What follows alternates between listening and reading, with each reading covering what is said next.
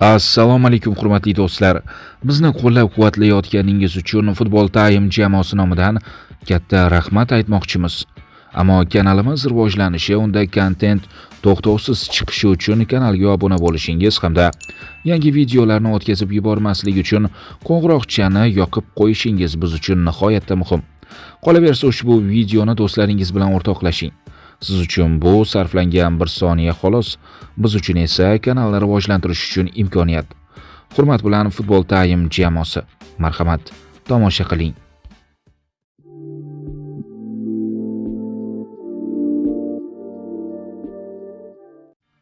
Realga Rodri kerak.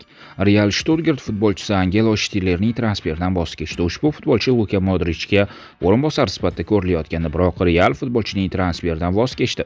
Klubdagilar oldinroq Real Sociedadda Martin Zubimendini jamoaga jalb qilishni reja qilgandi, biroq futbolchi Arsenalga o'tishga qaror qilgan.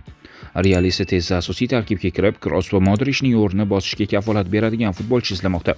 Bu yo'lda asosiy nomzod sifatida Manchester City yetakchisi Rodri ko'rilmoqda, shuningdek Liverpool halbeki Alexis McAllister ham short listda bor. Biroq Ispan grandi ispaniyalikning variantini yuqoriroqqa qo'ymoqda. 28 yoshli futbolchi o'tgan mavsumda jarohat sababli deyarli o'ynamadi. U APLning faqatgina 3 o'yinda maydonga tushdi.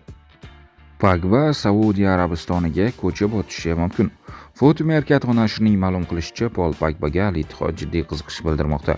Pogba futbolga qaytishga ruxsatni mart oyidayoq doping tufayli 4 yillik diskvalifikatsiya muddati 18 oyga qisqartirilgandan keyin olgandi.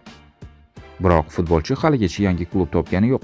Ma'lumki, Monaco 2 haftadan buyon yarim himoyachi bilan muzokara olib bormoqda va garchi muloqot davom etayotgan bo'lsa-da, klubda ehtimoliy shartnoma imzolanishiga nisbatan optimizm saqlanib qolgan bo'lsa-da, Pogba boshqa taklifni kutayotganga o'xshaydi. Xususan Saudiya Arabistondan. Bunday taklif fransuzning xizmatlaridan manfaatdor bo'lgan Al-Ittihod varianti bo'lishi mumkin. Saudiya klubida sport direktori yo'qligi sababli hali rasmiy so'rov bo'lmagan, ammo shunga qaramay dastlabki aloqalar allaqachon o'rnatilgan. Chili va Boliviya bilan o'yinlar juda kerakli tajriba bo'ldi. Islom Ismoilov. O'zbekiston U17 terma jamoasi jahon chempionatiga puxta tayyorgarlik ko'rish maqsadida bir qator kuchli jamoalar bilan o'rtoqlik uchrashuvlari o'tkazmoqda. Xususan vakillarimiz navbatdagi o'quv mashg'ulot yig'inlarini okean ortida o'tkazdi. Bu yig'in doirasida esa Chili va Boliviya terma jamoalari raqib vazifasini o'tab berdi. Biz mazkur uchrashuvlar yuzasidan O'zbekiston U17 terma jamoasi bosh murabbiyi Islom Ismoilovning fikrlari bilan qiziqdik. Chiliga qarshi kechgan ikkita uchrashuvda ham g'alaba qozondik. Bu o'yinlarda raqib qanday taassurot qoldirdi? Har ikki uchrashuvda ham raqibning kuchli tomonlari sezildi. Chili o'smirlari jismoniy jihatdan baquvvat, yuqori darajada pressing amalga oshira oladigan, texnik jihatdan saviyali jamoa edi. Birinchi o'yinda biz pozitsion hujum orqali ularni bosim ostida ushlab turdik. Ikkinchisida esa tarkibda 7 nafar o'zgarishga qo'l urdik. Shunga qaramay qarshi hujumlar orqali ustunlikni saqlay oldik. Ularni doimiy pressingda harakat qilishi bizga kerakli tajriba bo'ldi deya olaman. Boliviya bilan bahs dengiz sathidan juda yuqorida bo'lib o'tdi. Mamlakat shunday nuqtada joylashgan edi. Bu qanchalik qiyinchilik tug'dirdi. Birinchi to'qnashuvda o'yinni to'liq nazorat qilishimizga qaramay himoyadagi qo'pol xatolarimiz sabab mag'lub bo'ldik. Bu faqat taktik sabablarga emas, balki fiziologik jihatdan ham bog'liqdir. 3600 metr balandlikda nafas olish og'irlashadi va bu o'yinga ta'sir qildi. Qisqa vaqt iqlimga moslashishga harakat qildik, ammo bu oson emas.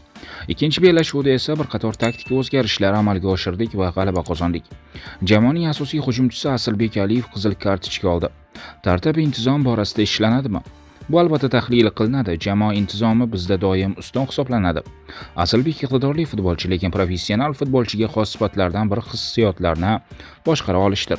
Bu voqeadan o'zimiz uchun saboq chiqaramiz va bunday holat takrorlanmasligi uchun kerakli ishlarni amalga oshiramiz. Terma jamoaning keyingi rejalari qanday? Ushbu yig'inning asosiy maqsadi jahon chempionatiga bosqichma-bosqich tayyorlanish edi. Endi o'tgan o'yinlar asosida individual va jamoaviy tahlillar qilinadi. Xatolar ustida ishlaymiz. Jismoniy tayyorgarlik, taktik harakatlarni chuqurlashtirish va raqiblar tahlili asosiy yo'nalishimiz bo'ladi. Reja asosida oyma-oy tayyorgarlikni davom ettiramiz. Atletik Barsa bilan muzokara olib borishni xohlamayapti. Sababi Atletik Nikoilmus uchun to'lovni bo'lib amalga oshirishga rozi emas. Marca nashrining xabar berishicha, Bilbao klubi Wenger transfer bo'yicha muzokaralar olib borishni xohlamayapti va uning tovon puli 62 million yevroni to'liq to'lanishini talab qilmoqda.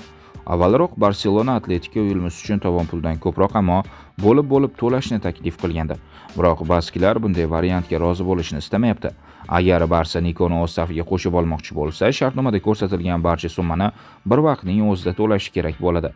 Boshqa holatda bitim tuzish imkonsiz. Manbaning ma'lum qilishicha, Kataloniya klubi Vilniusning Atletik bilan to'lovni bir necha qismga bo'lish bo'yicha so'rab ko'rishni istaydi. Ammo futbolchining o'zi tushunib turibdiki, agar u bunday taklif bilan Atletik prezidenti Xon Uriartega murojaat qilsa, u buni qat'iyan rad etadi. Shomurodovni Fransiyaga olib ketishmoqchi edi, biroq Eldor Shomurodovga Fransiyaning Rennes klubi qiziqish bildirmoqda. Bu haqda Foot Mercato nashri xabar bermoqda. Manba ma'lumotlariga ko'ra, Loic Dezerining o'zi hujumchi transferi bo'yicha Rim klubiga so'rov yuborgan. Dezeri Rennes jamoasining sport direktori hisoblanadi. Biroq klub hujumchi uchun kurashda turklarga imkoniyatni boy bermoqda. Turkiyaning Istanbul Başakşehir klubi Roma bilan to'g'ridan-to'g'ri bog'lanib, futbolchining xizmatlari uchun 7 million yevro miqdorida to'lov taklif qildi. Turkiya manbalariga ko'ra, bu kelishuvning amalga oshishi ehtimoli yuqori. River Plate bosh murabbiy Ronaldoni jamoaga taklif qilgani haqida gapirdi. Gallardo Krishtianuni klublar o'rtasidagi jahon chempionatida ishtirok etishga chaqirgan. River Plate bosh murabbiy Marcelo Gallardo Al-Nassr hujumchisi Krishtianu Ronaldoni klublar o'rtasidagi jahon chempionatida Argentina klubi safida o'ynashga taklif qilgani haqida gapirdi. Mart oyi o'rtalarida ikkalamiz ham taniydigan do'stimiz orqali Ronaldoni River Plate'ga taklif qildim. U nafaqat bundan mamnun bo'ldi. So'ng bu taklifni hurmat qilgan holda o'ylab ko'rdi va keyin yangi mavsumga tayyorgarlik ko'rishi kerakligini aytdi, dedi mutaxassis. Avvalroq Lionel Messi Krishtianu bilan munosabatlari haqida ham gapirib o'tgandi. A Seriya klubi Antoni bilan shartnoma imzolashga urindi, ammo u Ispaniyaga qaytishni xohlamoqda.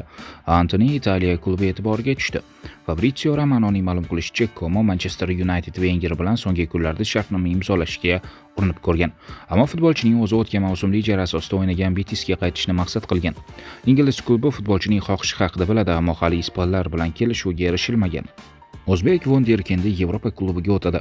20 yoshli o'zbek Vengriya klubini almashtirish arafasida. Muhammadali O'rinboyev poytaxtning paxtakori jamoasidan Belgiyaning Antwerpen klubiga o'tadi. Hozirda klublar faol muzokaralar olib bormoqda. O'rinboyevning paxtakor bilan shartnomasi 2025-yilning oxirigacha amal qiladi. Ehtimol belgiyaliklar futbolchi uchun kichik miqdorda kompensatsiya to'laydi. Ta'kidlash joizki, futbolchining bozor qiymati 450 ming yevroga baholanmoqda. Joriy mavsum O'rinboyev paxtakor safida 14 o'yinda 5 ta gol urdi va 3 ta golli pas berdi.